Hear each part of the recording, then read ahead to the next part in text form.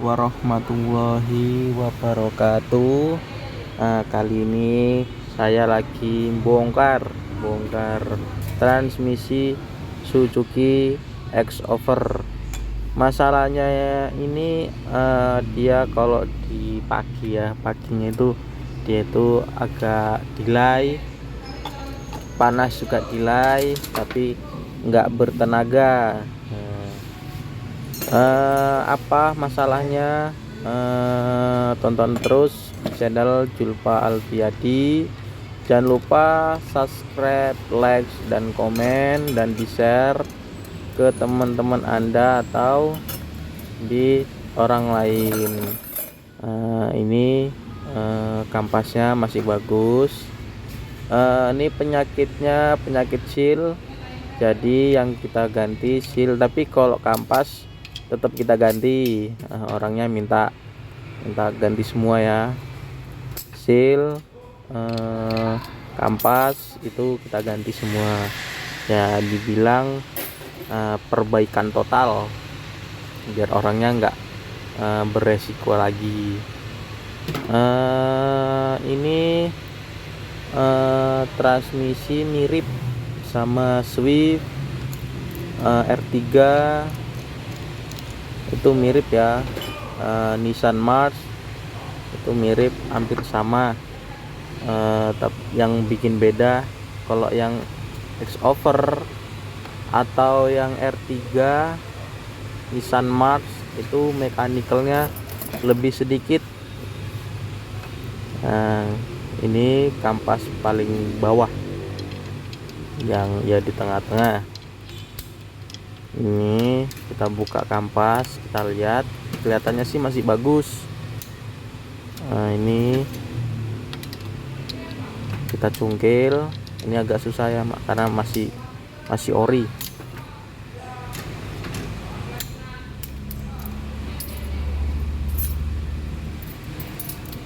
Ini saya lagi rekam sendiri, ini agak ribet. Ini kepala dicek masih bagus, kampasnya ini gantian yang atas ya, dibilangnya pala babi ya. Dari sisi mekanikalnya sih masih oke, karena ini mobil masih tahun-tahun muda ya, tahun 2014-15.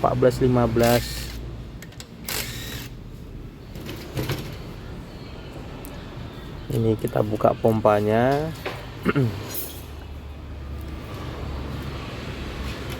Kalau susah kita cungkil aja pakai obeng, tapi jangan terlalu over ya, takutnya pompanya rusak. Jadi begitu kita cungkil, keangkat sedikit baru kita pakai tangan, itu biasanya dia tuh lengket. Ini inputnya. Lanjut di body palep, tadi di apanya masih bagus banget. Kelemahannya di Matic ini ya kebanyakan dari seal mangkok. Rata-rata mobil sekarang itu pakainya seal mangkok, lebih awet di seal o-ring ya. Ini filter ntar kita ganti. Ini udah jelek banget, olinya juga udah jelek.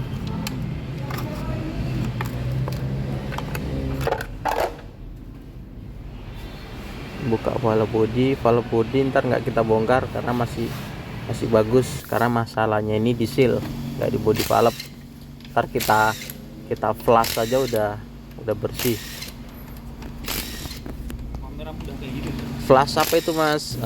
Flush itu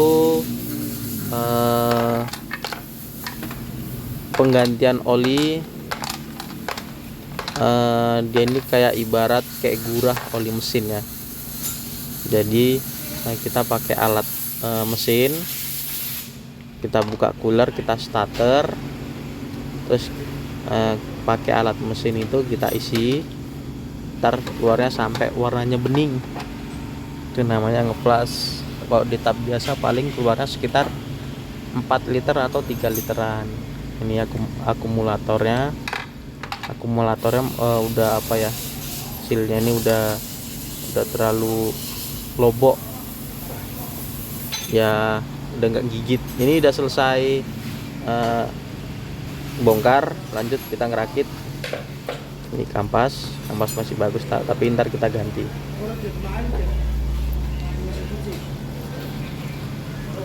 Lanjut ngerakit. Ini kampasnya tadi waktu penggantian seal nggak ke video ya. Nah, tadi saya lupa, begitu udah disiapin ternyata lupa mau videoin sealnya. Ini kampasnya kita ganti, kita semprot dulu biar bersih, biar steril. Ini masang bearing gardan. Cukup kita tokok, nokoknya jangan terlalu kencang-kencang ya, cukup bertahan aja, ya pelan-pelan aja, jangan terlalu over. Kalau udah masuk kita cek lagi, lalu pasang kampas input.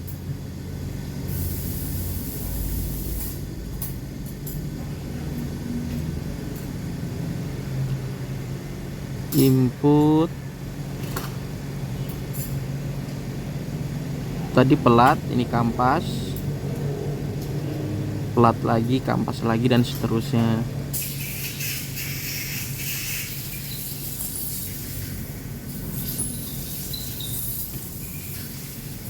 Kalau snapring ini nggak bisa ketukar ya, kalau ketukar biasanya besar kecil. Kalau besar kecil biasanya efeknya itu bisa lepas kalau udah di dalam rakitan.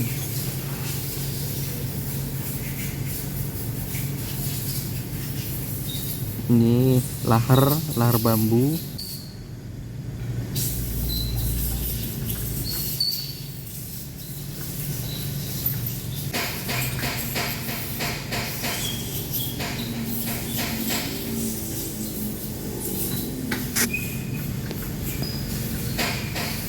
Input kepasang, lalu gembreng.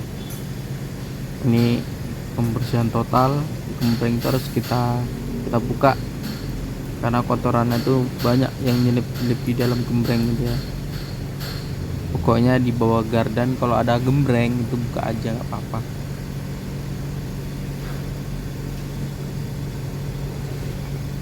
Ya kalau nggak dibuka sih nggak apa-apa sih, tapi biasanya lendut-lendutnya itu banyak di dalam gembrengnya itu. Gardan udah kepasang, kita cek P-nya juga mantap, sip.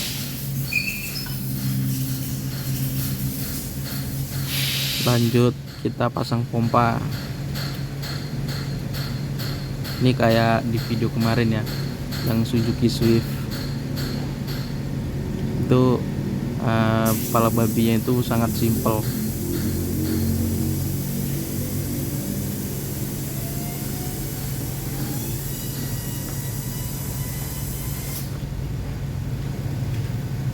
Kalau pasang pompa ini kudu lurus, pas, teflon jangan lupa.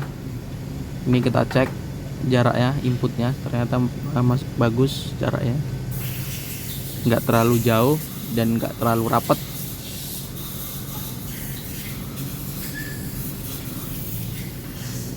Kita baut 12,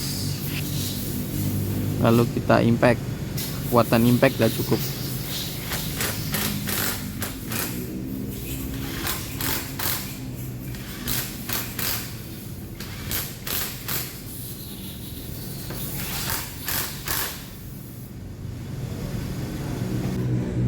Ini masang kepala babi ya, kepala babi.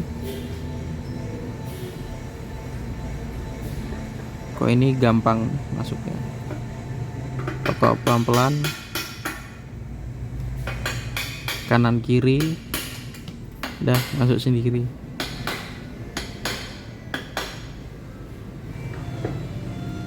Selesai, lalu kita baut buat 12 juga. Kita pakai T ya, karena impactnya tadi diambil sama temen lagi nurunin Honda CR-V. Cara ada videonya, tapi cuman ngerakit ya.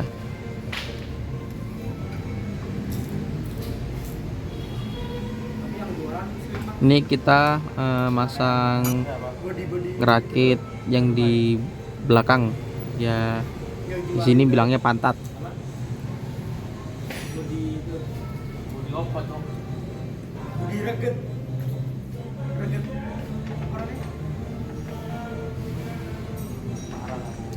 Yang kalau mau tanya-tanya silakan komen, mau tanya-tanya apa ntar bisa saya jawab.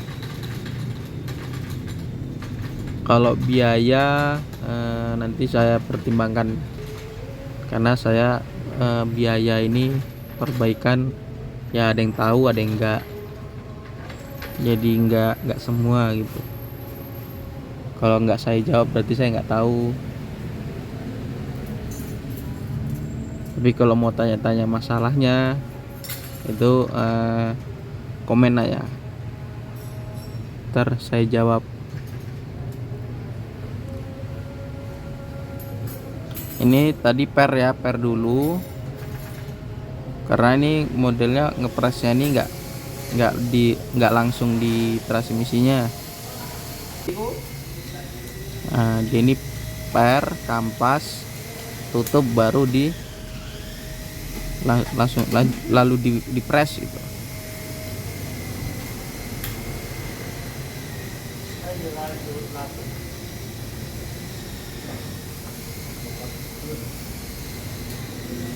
Jadi ngepresnya ini nggak terlalu over. Kalau yang berat ini, yang kalau pernya itu yang kecil-kecil, itu yang bikin berat, harus pakai dongkrak. Kalau pernya gede-gede gitu ya gampang. Ini selesai, kita pasang one way. Kalau bongkar transmisi, kalau ada one way-nya, kalau bisa ya dicek. Kalau bisa ya ditandain gitu. Ini snap-ring buat ganjel one way.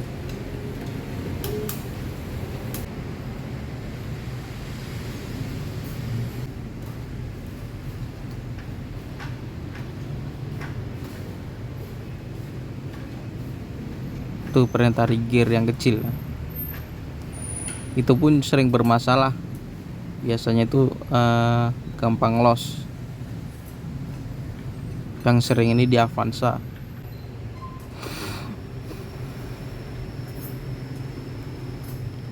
Ini kampas yang paling atas.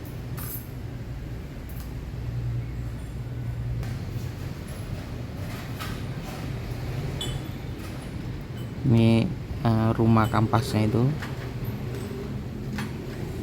ya. Ini hubungan dari one way.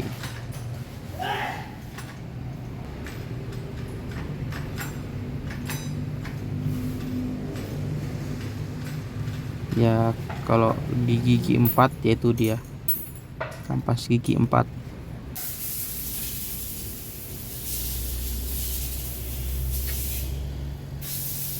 Kalau pengguna AT ya pengguna kampas, tapi kalau CVT itu pakai fan bel baja.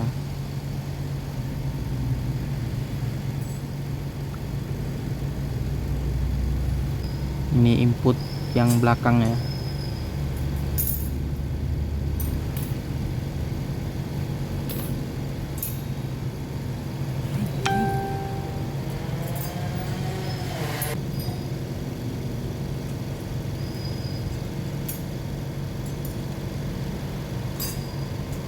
Matic ini memang kampas itu banyak, karena perpindahan dia itu pakai kampas.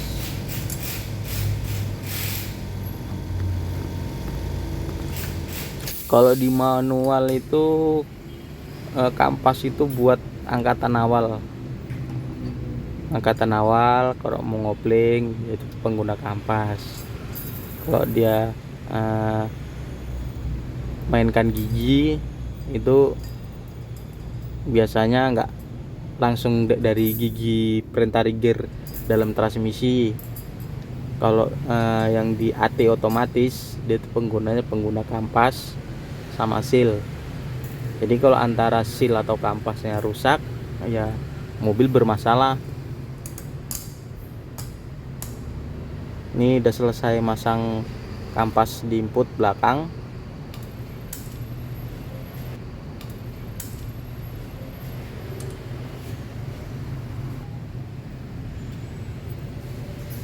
Lalu kita pasang.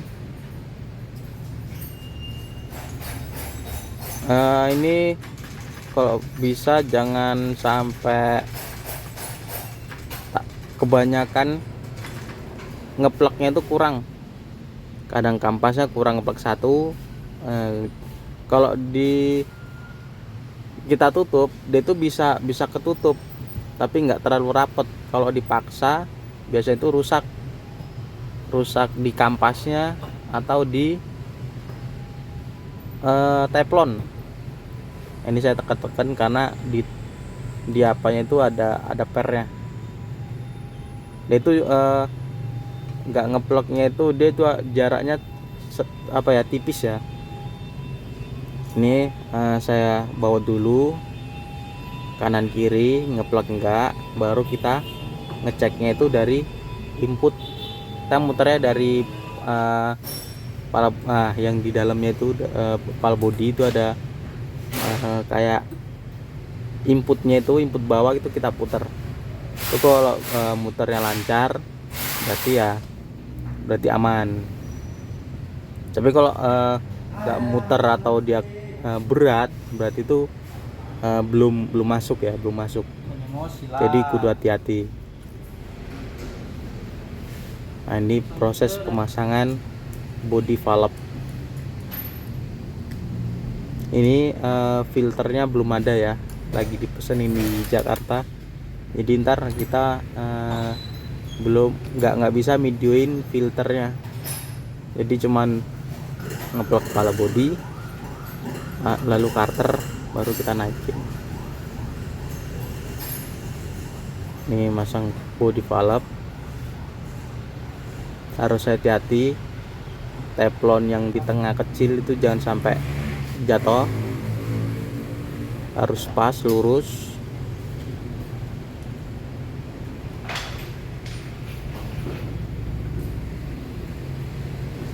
Kalau dia masuk dia itu enak ya. Paling yang bikin berat ini ada pernya itu yang sering bikin susah. Ini yang di Toyota itu pernya terlalu panjang. Yang biasanya di Harrier Alphard yang tahun 2007 ke bawah, karena 2008 ke atas itu udah CVT. Kalau Alphard lama di AT sama AT Alphard lama, Harrier sama Camry itu sama. Ini bautnya kita pasang.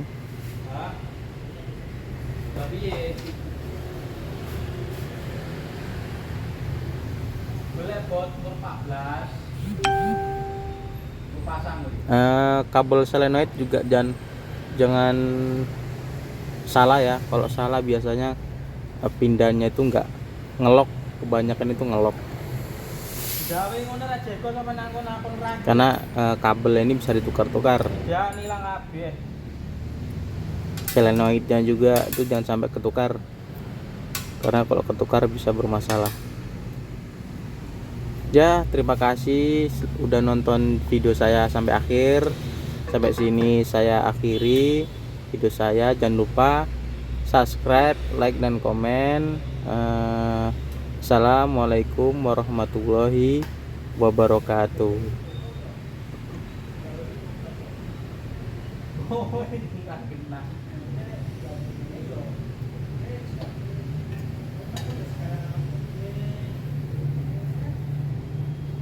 Nyalain pabrik.